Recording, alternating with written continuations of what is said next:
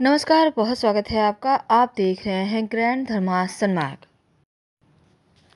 श्रावण के महीने में भगवान शिव शिवालय में विराजते हैं पूरे परिवार के साथ। तो शिव जी की पूजा करने से आपकी समस्त मनोकामना भी पूर्ण होती है। तो श्रावण के महीने में कुछ ऐसे कार्य हैं जो भूलकर भी नहीं करना चाहिए। सावन के महीने की शुरुआत हो चुकी है और सावन का महीना पूरा महीना भगवान भोलेनाथ को अत्यंत प्रिय है और उन्हीं को समर्पित है। शास्त्रों में कहा जाता है भोलेनाथ पूरे 1 महीने तक पृथ्वी पर लोक पर आकर रहते हैं और शिव जी तो भोले भाले हैं, भंडारी हैं, फटाफट प्रसन्न भी हो जाते हैं। और सावन के महीने में शिवलिंग पर जल अर्पित करने से ढेर सारी खुशियां तो मिलती ही है, मनोकामनाएं भी बैठे बिठाए पूर्ण हो जाती हैं। जी हाँ दोस्तों, शिवलिंग मतलब आप शिवालय तक तो जरूर जाइएगा। वैसे तो पूरे सावन के महीने में रोज अगर 1 लोटा जल, कुछ भी नहीं है आपके पास तो 1 लोटा जल अर्पित कर सकते हैं। अगर आपके पास बेलपत्र नहीं है तो आप किसी और का अर्पित किया हुआ बेलपत्र को धोकर फिर से चंदन लगाकर शिव जी पर अर्पित कर सकते हैं। यकीन मानिए उतना ही फल मिलेगा। दोस्तों, सावन के महीने में सात्विक भोजन करना चाहिए और सावन का महीना चूँकि भगवान शिव को बहुत प्रिय है, इसीलिए इस महीने में कुछ ऐसी चीज़ें हैं जिनका बिल्कुल ही प्रयोग नहीं करना चाहिए, वरना शिव जी प्रसन्न नहीं होते बल्कि कहीं आपसे क्रोधित ना हो जाएं। तो उनमें से सबसे पहला चीज़ है साग।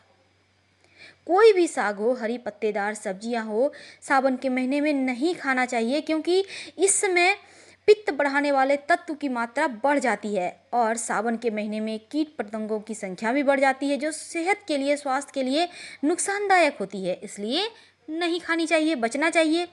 शिवलिंग पर हल्दी नहीं अर्पित करना चाहिए, पता है ना, क्योंकि शिवलिंग पुरुष तत्व है और हल्दी स्त्री तत्व। अगर आपको अर्पित करना है हल्दी तो बेदी बना होता है शिवलिंग के पास, वहाँ पर अर्पित कर सकते हैं। सावन के महीने में दूध का सेवन नहीं करना चाहिए क्योंकि शिव जी को दूध से अभिषेक किया जाता है और इसीलिए दूध जो पित्त बढ़ाने वाला भी होता है, बरसात के मौसम में सावन के महीने में सेवन नहीं करना चाहिए। खासकर जब आप फास्ट रखते हैं सोमवार का तो दूध का सेवन नहीं कीजिएगा क्योंकि शिव जी का कोई भी फास्ट में दूध नहीं खाना चाहिए, ऐसा हमारे शास्त्र कहते हैं। सावन के महीना में बैगन नहीं खाना चाहिए। बैंगन को हमारे शास्त्रों में अशुद्ध माना गया है, तभी तो एकादशी की तिथि में या फिर नवरात्रा में भी बैगन नहीं खाया जाता है। अगर वैज्ञानिक की दृष्टि से देखें तो बैगन में कीड़े मकोड़े ज़्यादा होते हैं, इसीलिए पूजा पाठ के समय इसे नहीं खाया जाता है। और सावन के महीने में मन को पवित्र रखिए, सारी बुरे विचार से दूर हो जाए। अगर आपके घर के दरवाजे के पास गाय सांड आ जाए तो मार के मत भगाइएगा, बल्कि कुछ खाने को जरूर दे दीजिएगा क्योंकि सांड यानी नंदी शिव जी की सवारी हैं, तो उन्हें प्रसन्न रखिएगा। तभी तो शिव जी नंदी जो हैं, जिनके कान में हम पूजा पाठ करने के बाद अपनी मनोकामनाएं कहते हैं, शिव जी तक आपकी पहुंचाएंगे। शिव जी बहुत ही भोले हैं, हमेशा तपस्या में, ध्यान में मग्न रहते हैं और इसीलिए नंदी हमेशा उनके सामने बैठे रहते हैं कि भक्त जो आएंगे उनकी मनोकामना जब भी शिव जी ध्यान से उठेंगे वहाँ तक पहुँचा देंगे। दोस्तों, तो इसलिए नंदी के कान में जरूर बोलिएगा, बिना बोले मत आइएगा घर, वरना आपकी मनोकामना कैसे पूर्ण होगी।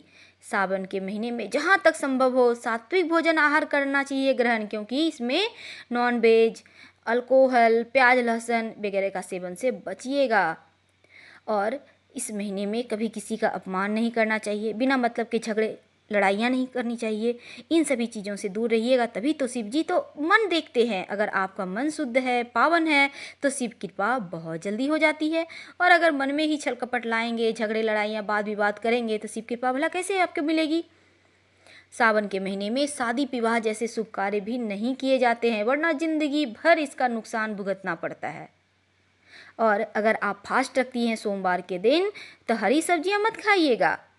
दूसरी बात, इस महीने में शांत रहना चाहिए, मीठा बोलना चाहिए और घर का वातावरण खुशियों भरा रखना चाहिए।